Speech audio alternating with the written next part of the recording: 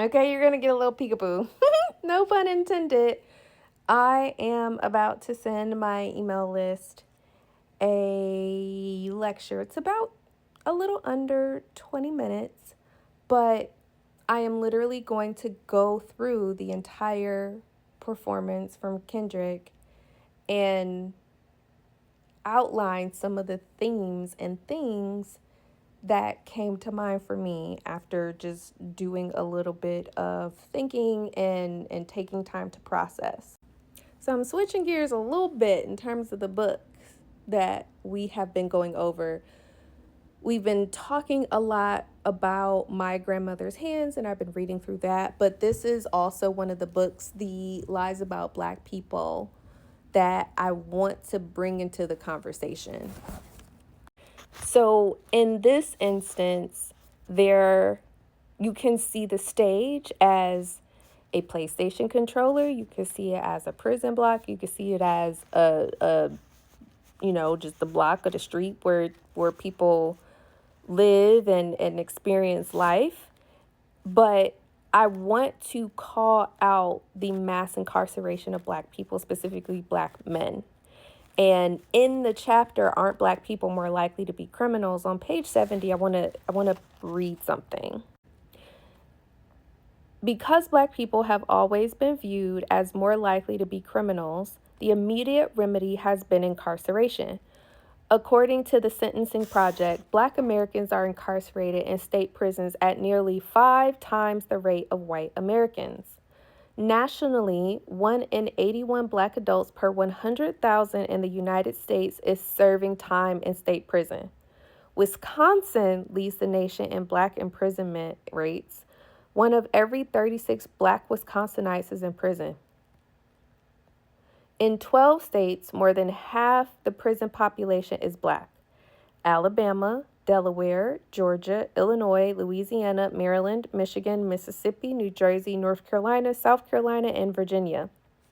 7 states maintain a Black-white disparity larger than 9-1.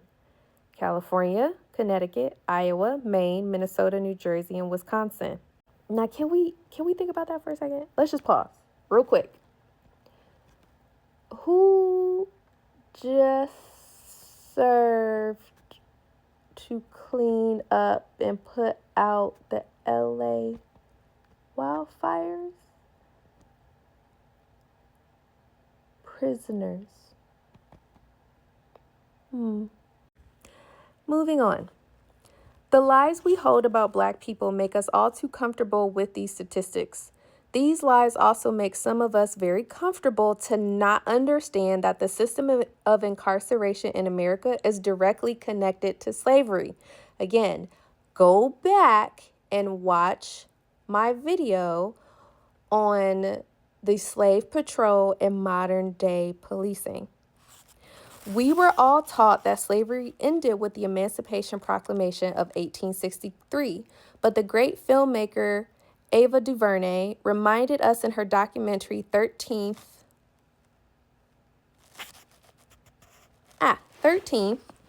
that slavery or forced labor is still allowed in incarceration.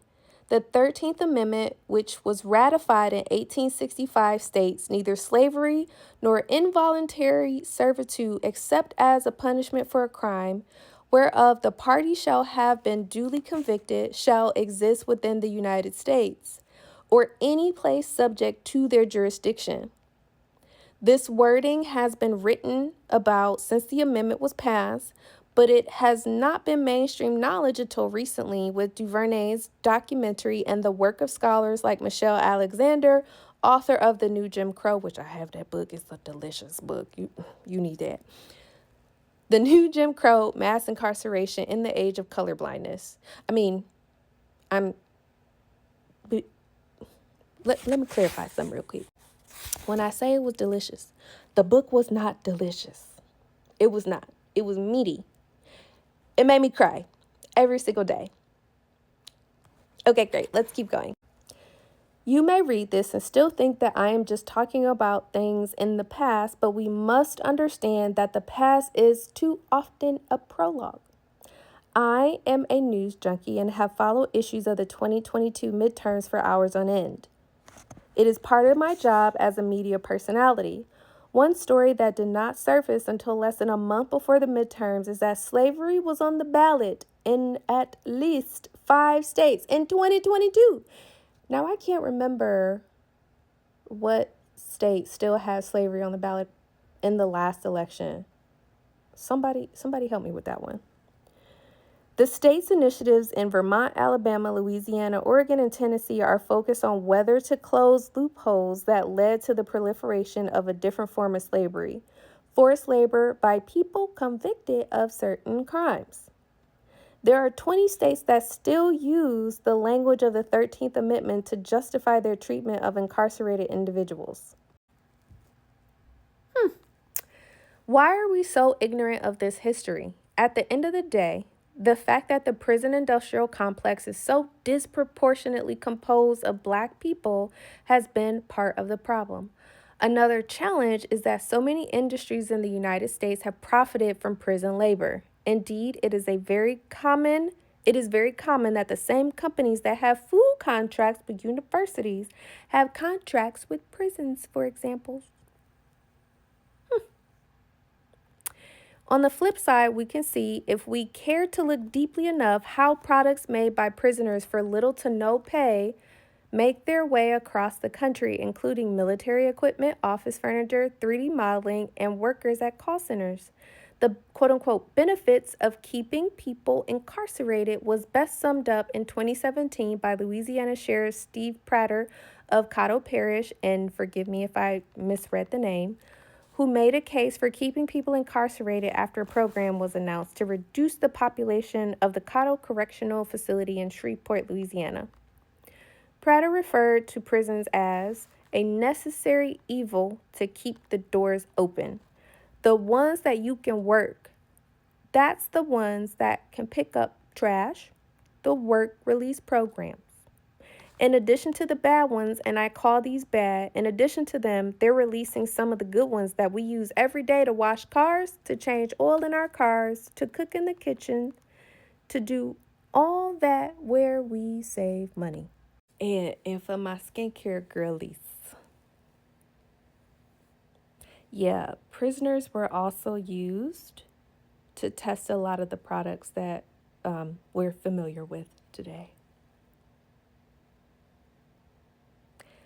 They have been used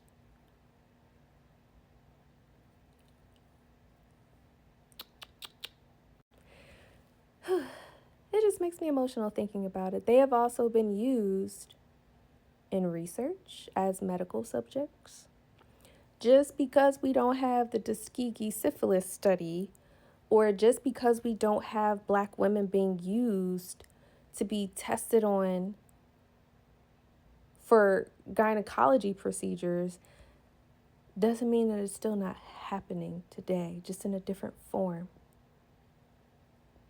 So I want you, as your takeaway for today, to think about how slavery and how racism is so deeply entrenched, and the roots of it go so deep in our society. I need you to, if you are someone who has really and truly struggled with accepting this, I need you to start practicing. I need you to try your hardest to pull up books like this. Remember, I taught you in the last lecture on how to do research. Start looking at this type of stuff, because you're going to see why so many Black people on this app have told you that history repeats itself, and then you'll have an understanding as to why people keep saying, no, I'm sitting this one out. Y'all got it. As always, be respectful in my comments now.